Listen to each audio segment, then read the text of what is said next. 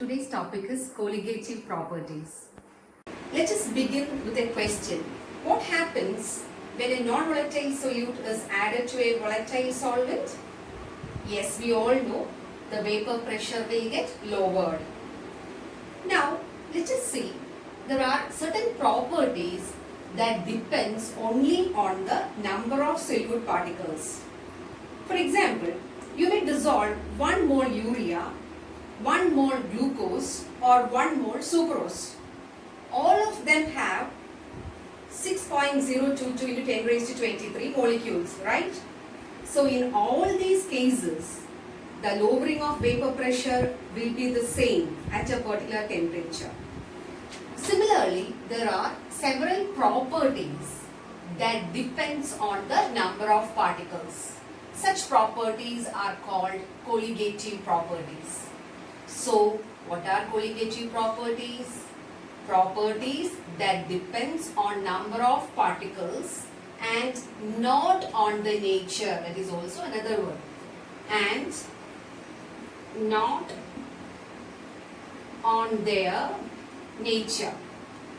So, in this particular chapter, solutions, we are going to study 4 important colligative properties. They are relative lowering of vapor pressure, elevation in boiling point, depression in freezing point, and osmotic pressure. Moving to relative lowering of vapor pressure. We know vapor pressure of a solvent in solution is less than that of pure solvent. And if the solute is non-volatile, then according to Raoult's law, we can write P1 is equal to P10X1. When we add non-volatile solute, what happens? The vapor pressure decreases. Let us write that as delta P1. So what is delta P1? Delta P1 is the lowering of vapor pressure of solvent. So, delta P1 can also be written as delta P1 is equal to P10 minus P1. So, P10 is vapor pressure of pure solvent and now the vapor pressure is P1. So, the difference is known as lowering of vapor pressure. And P1 is already written as P10X1. Now, let us change this to delta P1 is equal to P10 minus P10X1 because P1 is equal to P10X1. So, I am putting here P10X1. Now, P10 is common here.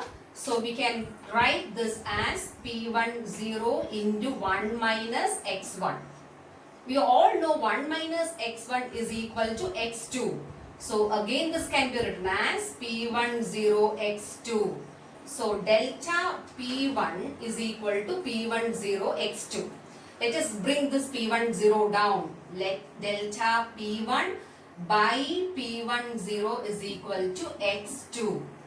And this term is called relative lowering of vapor pressure. So, relative lowering of vapor pressure is equal to mole fraction of the solute. So, the expression is actually delta P1 by P10.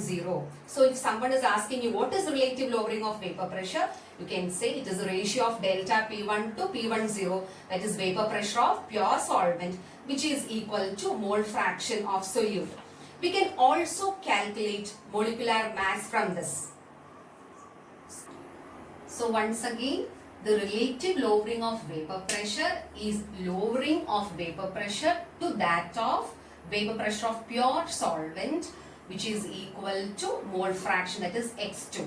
Now, let us calculate the molar mass M2 from this expression, that is relative lowering of vapor pressure. We know X2 will be equal to N2 by N1 plus N2.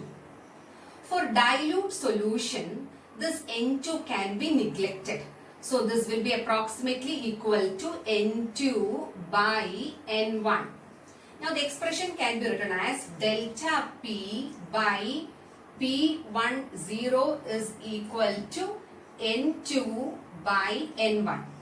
This is number of moles of solute by number of moles of solvent.